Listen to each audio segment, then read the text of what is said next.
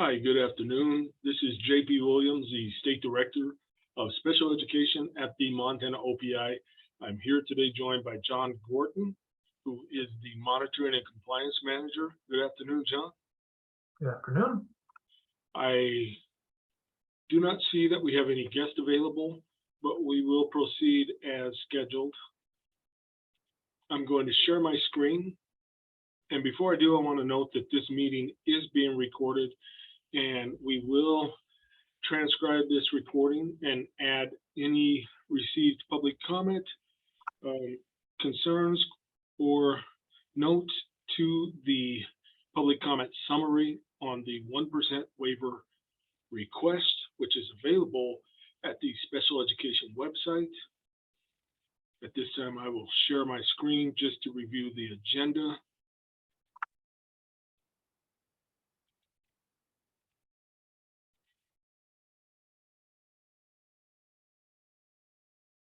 And John, would you please check for me that my screen is being shared as we anticipate? Yes, I can see it. And you should be able to see the special education website page for OPI. Yes, Please. I can. Yes, I can. Okay.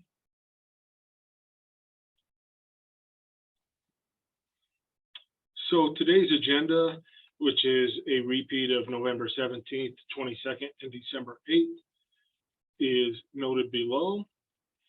That there's a welcoming introduction. So I'd like to welcome you, Mr. Gorton, as you are the only attendee along with myself at this time. We'll do an introduction and notice of public comment extension. We'll do a review of the OSEP memo, September 20th, 2022 memo, as well as a review of the waiver request document. And I know that Mr. Gorton, you have a PowerPoint presentation that will also be part of this. And you are going to review monitoring and compliance updates, as well as assessment, determination, and justification forms, information on the MSAA, which is on the site, as well as the LEA decision flow chart for state participation. And then we will open up to public comment, and then we will close the meeting. We will not close until 5 p.m. to allow every opportunity for any interested parties to make public comment.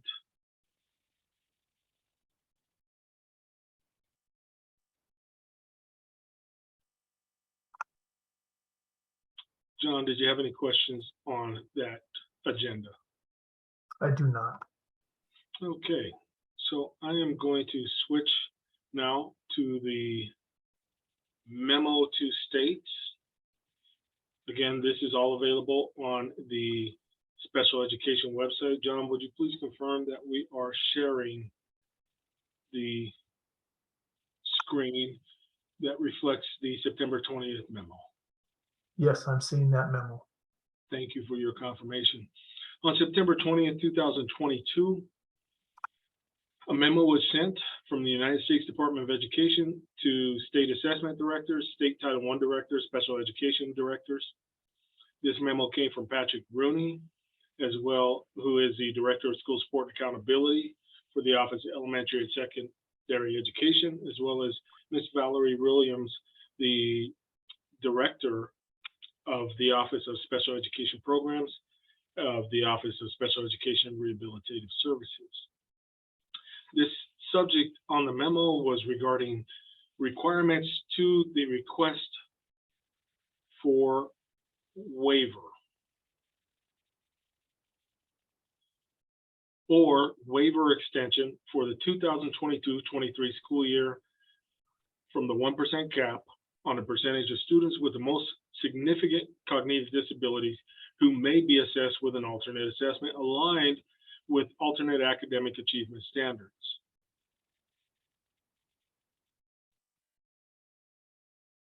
It is important that all children are included and that the inclusion of children with disabilities in the state and district-wide assessments are determined by their respective individualized education programs.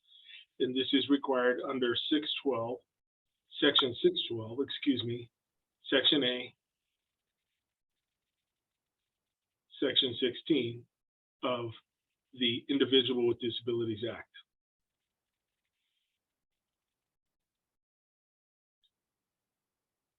IDEA requires that if an IEP team determines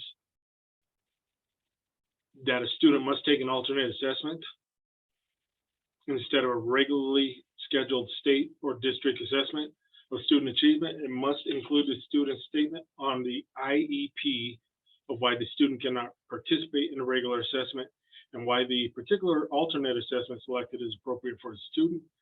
That is actually based under CFR 34, Code 300.320, Section A62.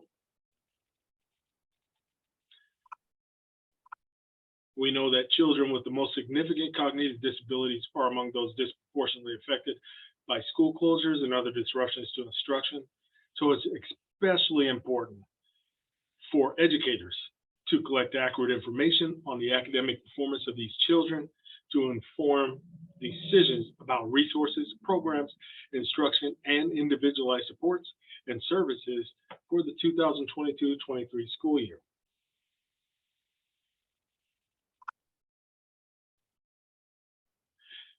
The memo goes on to further provide direction for states applying for a new waiver in the school year and outlines eligibility for the 1% cap waiver.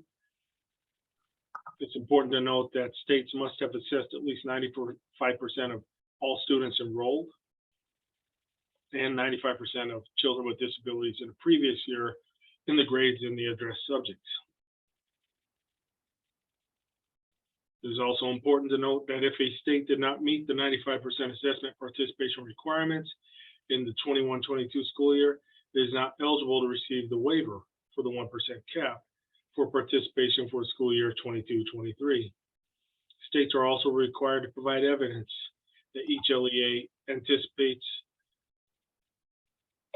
either being under 1% or under the 1% waiver, excuse me. Finally, a state has to provide a plan and a timeline with actionable steps and milestones. That's also included in the waiver, a clear description of how the state will improve implementation of guidelines and participation in the alternate assessment. Also, a clear description of how it will monitor and regularly evaluate each LEA to ensure that the LEA provides sufficient trainings such that school staff who participate as members of the IEP team and other placement team understand and implement guidelines established by the state for participation in the alternate assessment. Also, there needs to be a clear description of how the state will address disproportionality of percentage of students taking the alternate assessment. I do see we have one guest working to come in, so I will admit that guest. Please stand by. It is also important to note that for each new 1% cap waiver request, we must provide public, any interested LEA in the state with reasonable notice and reasonable opportunity to comment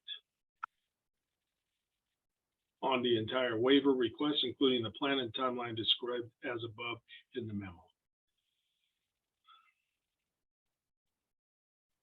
States applying to extend a waiver granted or extended in school year 21 does not apply. This is an initial request for the state of Montana.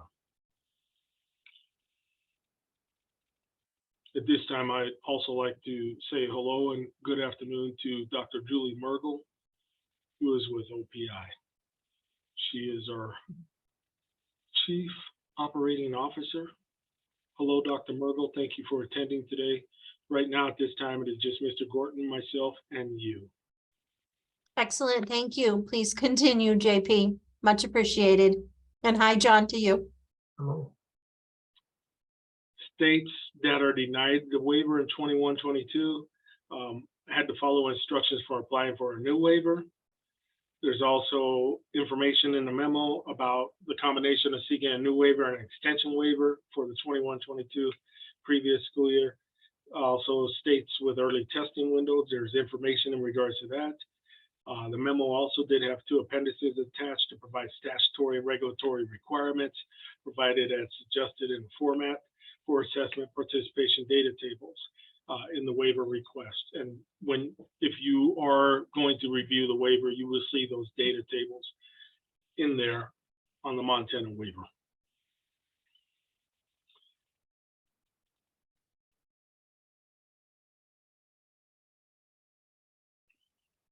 This data table does include overall rates of assessment participation, as well as alternate participation rates by subgroup. And then finally, a third table for rates by subject per year. So you will see those years on that data table. I'm going to stop screen share right there, but I'm also going to switch over to the actual waiver document. So in just a moment, if you will confirm that you can correctly see our document there.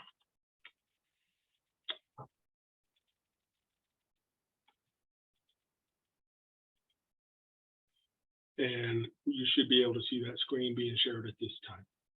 Yes, I can see that. Yes. Thank you so much, John. And again, this meeting is being recorded for posterity and to ensure that anybody who would like to view this meeting later can review the link and still make public comment. This is a alternate assessment threshold waiver request pursuant to CFR 34-200-6, Section C, subsection 4. You will see the date of December 13th on there. That is OPI's submission date to the Department of Education. There's a table of contents. That table of contents includes the introduction, the 1% waiver request requirements, also requirements 1 through 6 as required. 1 is public comment notice, 2 is the state testing window information, 3 is the state level data participation where you will see those data tables. 4 is the state requirement for data level data of 95% with overall participation rates. Also state requirements, state assurances, state requirements number 6 for the plan and timeline.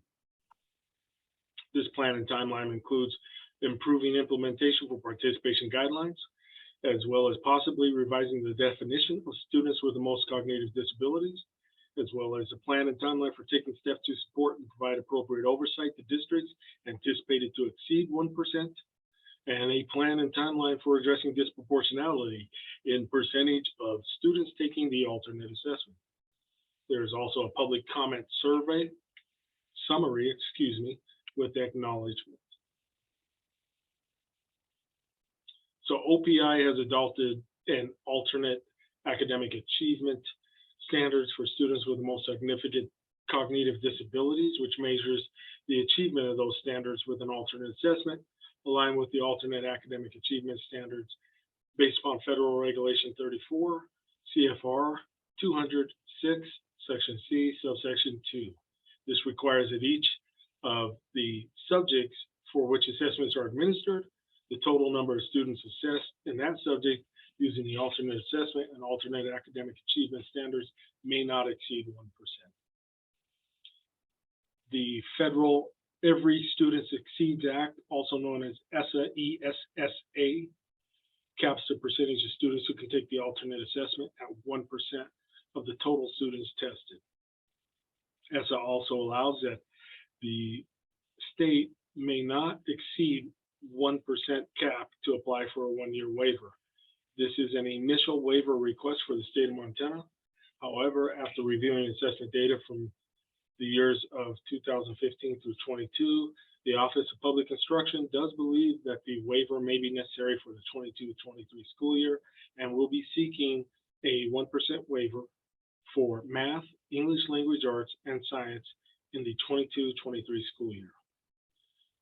So consequently, OPI will be submitting this waiver to the Department of Education and request that the Secretary waive the cap under the regulations for the subjects of ELA, are English language arts, math, and science pursuant to the 34 CFR 200 C section 6, section C, subsection 4. This memo was actually sent to all states on September 20th, 2022. The 1% waiver request requirements include 6 requirements. Each new request and each extension request of the 1% alternate assessment participation cap must be made in accordance with the ESEA section 8401, subsection B, subsection 3.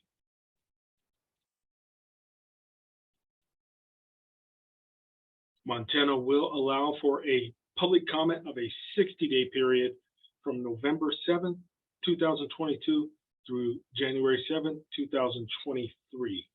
The waiver is published on the OPI website since December 1 and will be indefinitely published. The public has been made aware of the waiver request through publication on OPI state website, targeted email communications, and a press release in the local newspaper. Requirement 2, states are required to submit their alternate assessment waiver request at least 90 days prior to the start of the relevant subject testing windows. Montana will submit this on December 13th, 90 days prior to the opening of the statewide assessment window of March 13th. That window concludes March 28th. Requirement number 3 identifies that states are required to submit data showing the number of percentage of students in each subgroup of students who took alternate assessments in each required subject. Montana has gathered data from the 21-22 school year, which indicates that the following percentages for special education students is participating in the alternate assessment in regards to the reading, English language arts. The estimate for that participation rate is 1.07%. For math, the estimate is 1.08%. And for science, that estimate is 0.87%. Now, those numbers are based upon data that was again collected from the previous 21-22 school year. For further information on this data, we would ask you to refer to the data tables, which are included in the document. Data table 1 is the overall participation assessment rates, the overall assessment participation rates for the 21-22 school year. I will highlight a couple areas here. The number of all students assessed was 76,624. The number of students enrolled were 78,549. I want to explain that because it does make a difference when you talk about the number of students enrolled and the number of students who actually participated in the test. And so that's why you'll see those variances there. We have determined that the overall participation rate in the state was 97.5, with the students with disability participation rate being at 94.9. And then you'll see these numbers across for the group of students who were assessed in ELA as well as math. Those are grades 3 through 8, with students with disabilities is separated with 3 through 8 and high school math as well.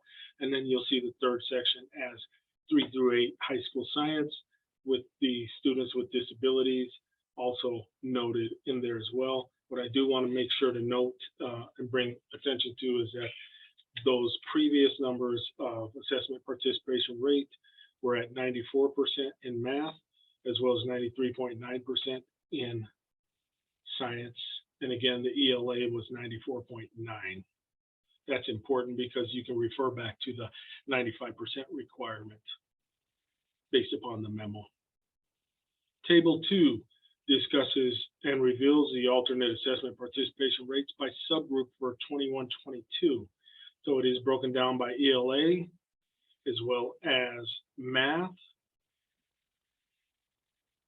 as well as science.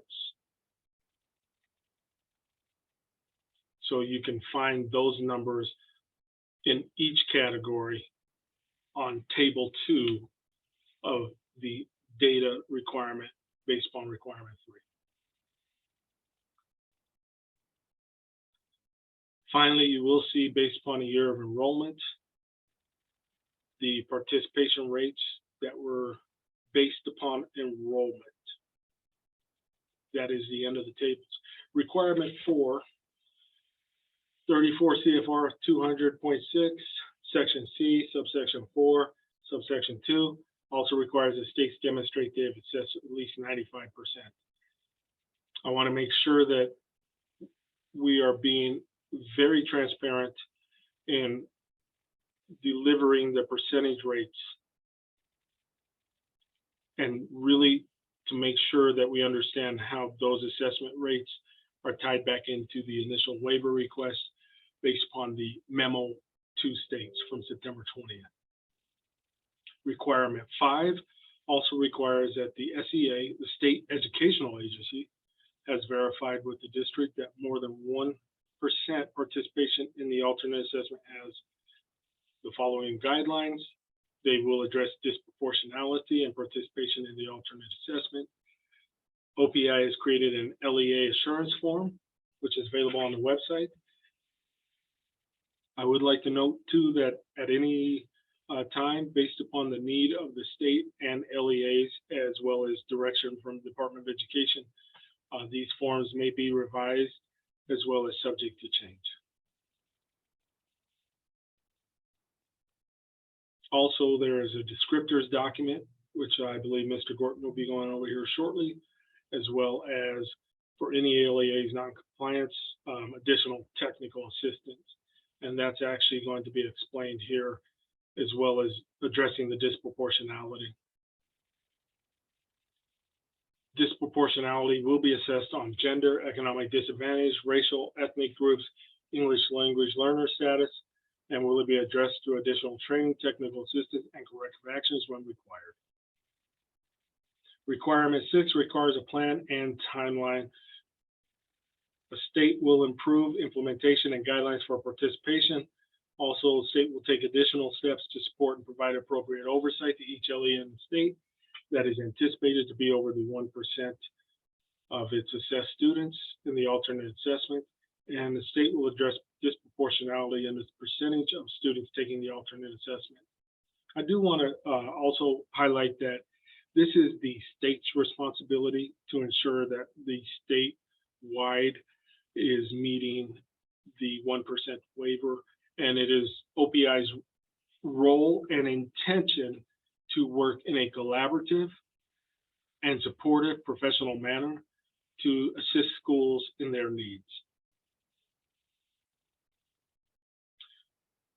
How this all impacts moving forward for the state, beginning in 2023-24 school year, Montana OPI will be reviewing participation rates for the alternate assessment annually by October 31st.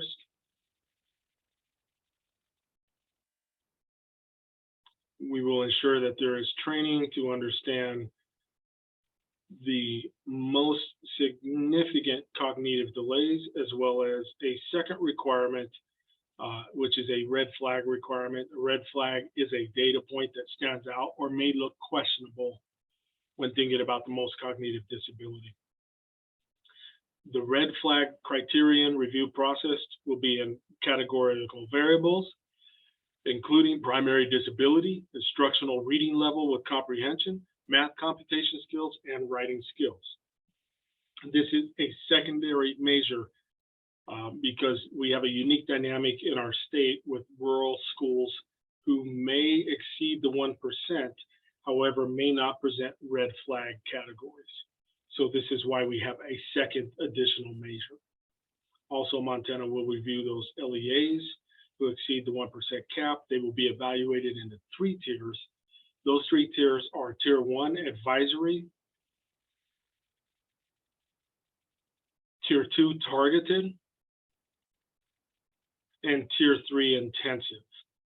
At each level, there are different actions outlined. Level 1, LEAs will complete a self-audit, as well as request or participate in professional development as requested or recommended by OPI annually. Tier 2, LEAs will complete the self-audit as well as submit an assurance form by January 31st, 2023. Remember, this is beginning the school year of 2023-24. Also, they will submit the assurance form. Tier 2 technical assistance will also, as requested by the LEA or may be required by OPI annually prior to February 1st, the LEA will receive technical assistance that will include a review of alternate assessment criteria eligibility, which is noted in Appendix A, also available on the website. OPI will also provide support and assistance as necessary to understand opportunities to take action when possible to produce 1% threshold. Tier 3 is more intensive. LEAs exceeding this threshold will submit an LEA assurance form to OPI before October 31st, also as required. So they're in a required category here. Will annually prior to February 1st, the LEA will receive technical assistance, which will include the review of the alternate assessment criteria eligibility, as well as provide support, assistance, and necessary to develop opportunities for the LEA to take actions when possible to reduce that 1% threshold. OPI will annually examine the data and subgroup participation as reported in ESSA on the alternate assessment. Also provide data to LEAs via the OPI website on subgroup participation as reported in ESSA. LEAs will provide written justification regarding any disproportionality that may occur based upon student participation in the alternate assessment, as well as ensure they communicate in writing how they will address this disproportionality. All of that information will be available on the LEA assurance form. I do want to review the public comment summary at this time. The 1% waiver publication, which was December 1st, OPI, this was as of December 1st. OPI did receive comments from the following stakeholders on November 17th, 2023. Theresa Baldry of the Rural Institute of Montana Deaf and Blind commented in support of the OPI waiver during a public comment webinar on November 17th. November 23rd, and those dates will be changed back to 2022. 2022, Disability Rights of Montana expressed concern that OPI did not comply with the notice and comment requirements of the U.S. Department of Education 9/2022 memo. The comment from Disability Rights was received via email with an attachment that is also available upon written request to Montana OPI. I will note that since December 1st, there has been additional comments that we are preparing to make sure they are added to this public comment summary before submission to the Department of Education. Any comments that do come after submission will be added in a later addendum to the Department of Education. I did want to note as well that OPI did extend the public comment period through January 7th to ensure additional time for public review of the 1% waiver request. Public comments received after December 13th, 2022 will be submitted again in an additional addendum on or by January 20th, 2023. I would also like to make an acknowledgement that OPI sincerely appreciates the opportunity to improve the state system supporting alternate assessment implementation. OPI will submit the 22-23 state level data participation to the department once it's been approved by the state superintendent. Also, for more information or question or comments, you may contact me, JP Williams, at jp.williams@mt.gov. And once again, thank you for your acknowledgements. I will stop screen share there, and I will pass this over to Mr. Gorton, who will do a final review, and then of course we will open for public comment in just a few minutes. Thank you, JP. Would you please let me know when you can see the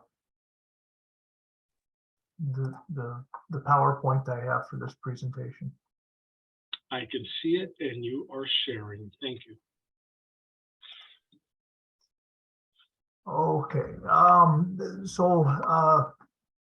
basically what I'm doing here is I'm providing a quick reference of both the state and the federal guidelines that we follow along.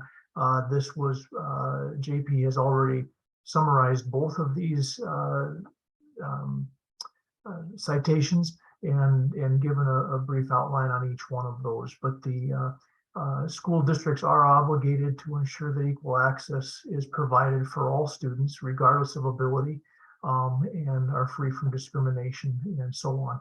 Every child has the right to an education and must be afforded that same educational opportunity as their peers.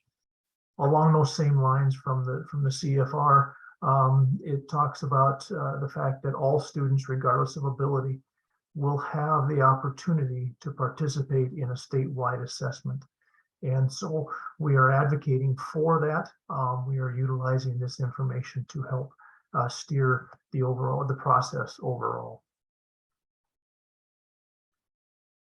Ultimately, whether or not a student participates in the alternate assessment, that is a IEP team decision.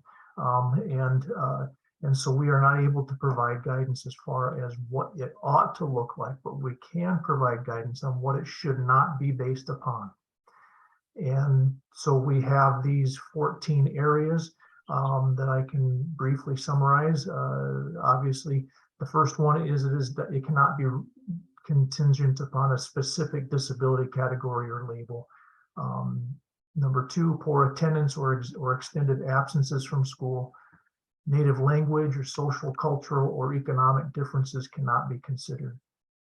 Expected poor performance on the general educational assessment, that cannot be a deciding factor for the alternate assessment participation. Academic achievement and or other services received.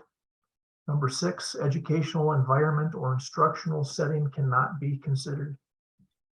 Number 7% of time receiving special education services is not a determining factor. English language arts or EL students cannot, or English as a second language, I'm sorry, cannot be a determining factor there. Low reading level or achievement levels. Anticipated disruptive behavior cannot be a factor in determining whether or not they can take the alternate assessment. Impact of test scores on the accountability system overall. It cannot be an administrator decision, and you cannot anticipate the emotional duress that participation in the assessment might create. And then any need for accommodations, finally, is those areas are not you are not able to justify or use for determining whether or not the student should take the alternate assessment.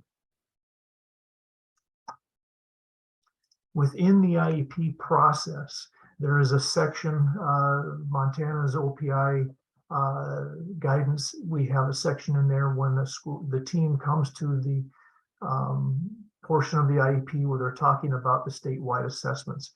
When a team clicks on or agrees that the potential for the alternate assessment might be appropriate for the student, the following questions come up. Question number 1 is does the student have an active IEP and receive services or is eligible under IDEA? The second, does the student's demonstrated cognitive abilities and adaptive behavior require substantial adjustments to the curriculum? The next question is the student's learning objectives and expected outcomes focus on functional application of skills as illustrated in the student's annual goals and short-term objectives. And lastly, the student requires direct and extensive instruction to acquire, maintain, generalize, and transfer new skills.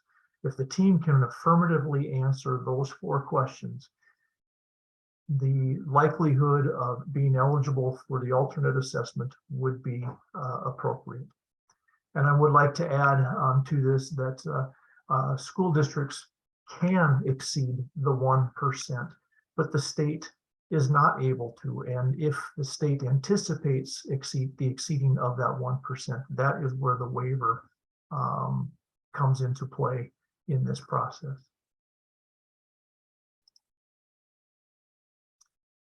Available on our OPI website, we have a flow chart that provides similar decision making and maybe dives in a little bit deeper to those 4 questions I just reviewed. And then further with the MSAA site, MSAA stands for the Multi-State Alternative Assessment Site. There is some guidance for teachers or test administrators that they need to participate and complete a series of modules and receive results of 80% or better after reviewing those modules before they are able to administer the alternative assessment for the students during the testing window.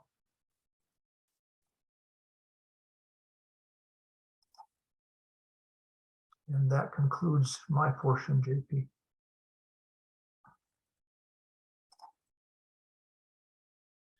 Thank you very much, John. There have not been, for this current time, any attendees that are not OPI employees, but I do want to ask Dr. Mergel if there's any questions regarding this matter or any input. So I want to provide that opportunity. We're providing the opportunity for open public comment at this time. JP and John, no, I do not have any questions at this time for you. Thank you so much for putting this opportunity together to respond to the public comment that you did receive and let folks know what the OPI has done in response to that. So thank you so much. You're very welcome. And I know Mr. Gorton and I will be here available until 5 p.m. should somebody decide to join. Thank you so much for being here. Okay, you guys have a good evening. Hey, Thank you. too.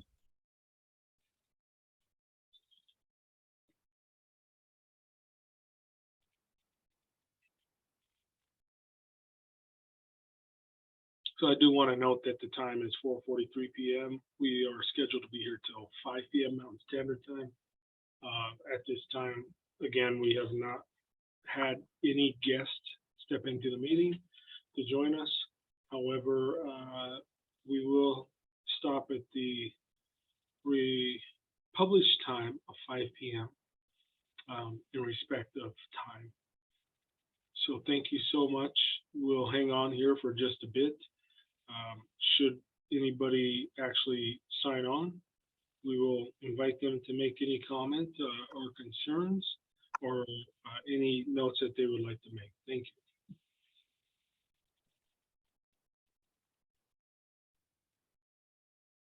So right now, I'd like to note that the time is 4:59 p.m. We did go ahead and, with all diligence, ensure that we reviewed as required and had opportunity for public comment.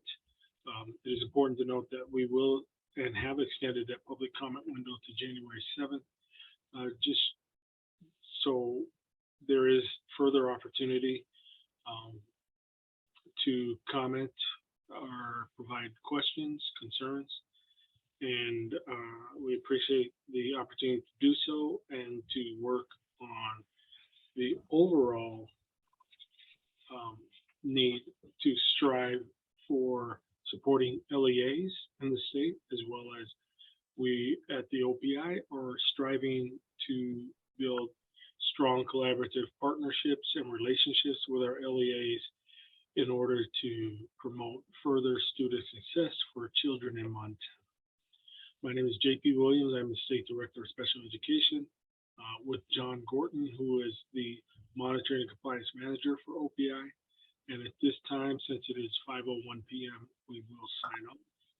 Thank you so much again, John, for being available and for your work on this. And I appreciate your time. Thank you again.